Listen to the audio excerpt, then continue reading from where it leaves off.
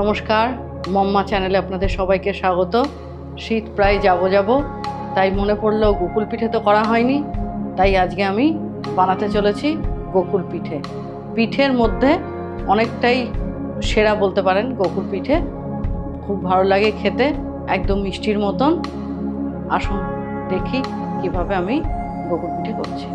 গোকুল পিঠে তৈরি করতে আমি এখানে নিয়েছি 1 কাপ ময়দা আর হাফ কাপ ময়দা, অর্থাৎ এই কাপের 2 কাপের 1.5 কাপ মতন ময়দা নিচ্ছি। ময়ান দেওয়ার জন্য আমি নিচ্ছি ঘি, আর এখানে রয়েছে খোয়া ক্ষীর।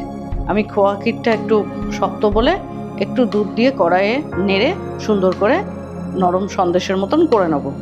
এখানে খোয়া ক্ষীর না দিয়ে আপনারা নারকেলের যে ছাই সেটা দিয়েও করতে পারেন। আর নিয়ে নিচ্ছি এখানে কিছুটা খেজুরের গুড়, এটা দিয়ে রস হবে। আমি চিনি দিয়ে করছি না, যেহেতু শীতের সময় খেজুর গুড়টা অ্যাভেলেবল, তাই আমি খেজুরের গুড় দিয়েই রসটা করছি। আর যেহেতু খেজুরের গুড় দিয়ে করছি, তাই আমি এর মধ্যে এলাচ দেবো না। যদি চিনি দিয়ে করতাম তাহলে এর মধ্যে একটু এলাচ গুঁড়ো আমি দিয়ে দিতাম। কড়াইয়ের মধ্যে আমি 2 চামচ মতো দুধ দিয়ে নিয়েছি, নিয়ে এবার এই খোয়া ক্ষীরটা এর মধ্যে দিয়ে দেবো দুধের। অনেক সময় খোয়া ক্ষীর না পেলে আমরা ওই জোড়া লাগানো সন্দেশগুলো থাকে না, ওই সন্দেশও আধখানা নিয়ে গোলায় ডুবিয়ে ভেজে নিয়ে গোকুল পিঠে করি। আমরা এখন ময়দার গোলায় ডুবিয়ে গোকুল পিঠে করি, কিন্তু যখন প্রথম গোকুল পিঠে তৈরি হতো তখন সুজিকে 2 দিন ধরে ভিজিয়ে রেখে সেই সুজির গোলা দিয়ে গোকুল পিঠে তৈরি হতো। এই শীতে রসপুলি তৈরি করেছি, পাটিসাপটা তৈরি করেছি, দুধ পুলি তৈরি করেছি, কিন্তু গোকুল পিঠেটা বাদ ছিল। সেইটা আজকে পূরণ করে নিচ্ছি। এটা আমার হয়ে গেছে, এবার আমি এটাকে নামিয়ে নিয়ে তৈরি করব গোকুল পিঠে। খোয়া ক্ষীরটা আমার রেডি হয়ে গেছে। এবার এর মধ্যে থেকে ওই গোকুল পিঠে করার মতো লেচি কেটে সন্দেশের মতো তৈরি করব, দেখাচ্ছি আমি। তার আগে আমি এই যে খেজুরের গুড়টা নিয়েছি তাতে 1 কাপ মতো জল দিয়ে আমি বসিয়ে দিচ্ছি রস হওয়ার জন্য। যতক্ষণ রস হবে আমি ততক্ষণ এগুলো পাকিয়ে নিচ্ছি। নিজেদের মতো একটা আন্দাজ করে নেবেন সাইড। আমি এরকম করছি। অনেকে আবার গোল গোল করেও দিয়ে দেয়। মিষ্টি এখন কেউ খেতেই চায় না। বাচ্চারা তো, আমরা আগে ছোটোবেলায় মা ঠাকুমারা করেছে, দিদা করেছে, আমার দিদা খুব ভালো পিঠে করতো,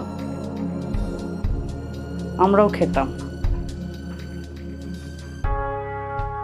আর এখনকার বাচ্চারা এসব খেতেই চায় না। রসটা আমার রেডি হয়ে গেছে, এবার আমি গ্যাসটা অফ করে দেবো। ততক্ষণ রসটা একটু ঠান্ডা হবে, একটু চ্যাট করলেই হয়ে যাবে, বেশি গাঢ় করার দরকার নেই। গোকুল পিঠেতে রস বেশি গাঢ় হয় না। এবার আমি গ্যাসটা অফ করে দিচ্ছি। অফ করে দিয়ে এটা হতে থাকবে, ঠান্ডা হবে একটু, ততক্ষণ আমি ময়দাটা গুলে নেব। ময়দাটা এবার নিয়ে নিচ্ছি।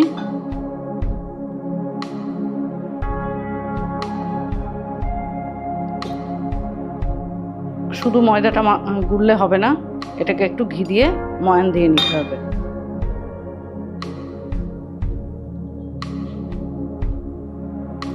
অল্প একটু, খুব বেশি না। আর এটা ভাজাও হবে কিন্তু ঘিয়ে, নিমকি ভাজার মতো ময়ান নয়, এমনি একটু সাধারণ ময়ান দিলেই হয়। অনেকে এটাকে দুধ দিয়ে গোলে, আমি জল দিয়েই গুলে নেব। ময়ান না দিলে একটু চিমড়ে হবে। লুচি যেমন আমরা যদি ময়ান না দিয়ে ভাজি তাহলে যেরকম হবে সেরকম খেতে ভালো লাগবে না, তাই একটু ময়ান দিয়ে নেওয়া। এমন কিছু কঠিন নয় গোকুল পিঠে করা, আপনারা বাড়িতে করতে পারেন। খুব পাতলা করে এটা গুলবো না। আমি এর মধ্যে 1 কাপ জল নিয়েছি, দেখি কতখানি লাগে।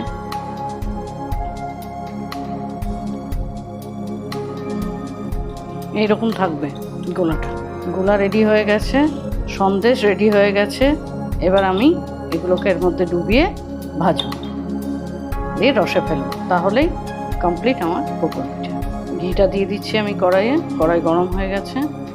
এবার আমি এগুলো এক এক করে ভাজবো আর এই রসের মধ্যে ফেলবো। জয় জগন্নাথ। ফ্লেমটা একটু কম করে দেবো, এইরকম ভাজাটা হবে। এবার আমি এটা রসে ফেলছি।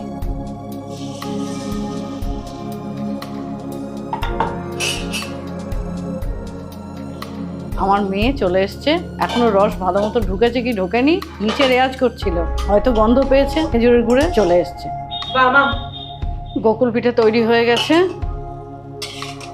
ভিডিওটি যদি ভালো লাগে লাইক কমেন্ট শেয়ার করতে ভুলবেন না, আর মম্মা চ্যানেলকে সাবস্ক্রাইব করে আমাদের পাশে থাকবেন। বাড়িতে অবশ্যই করবেন, করে নিজেরা খাবেন, যারা বাড়িতে আসবে তাদেরকে খাওয়াবেন। আর এই যে বাকি যে ময়দাটা আমার পড়ে থাকলো সেটা কি করব, এর মধ্যে ভেজে নেব, নিয়ে আমি রসে ফেলে দেবো, এমনি এমনি খাওয়া হয়ে যাবে।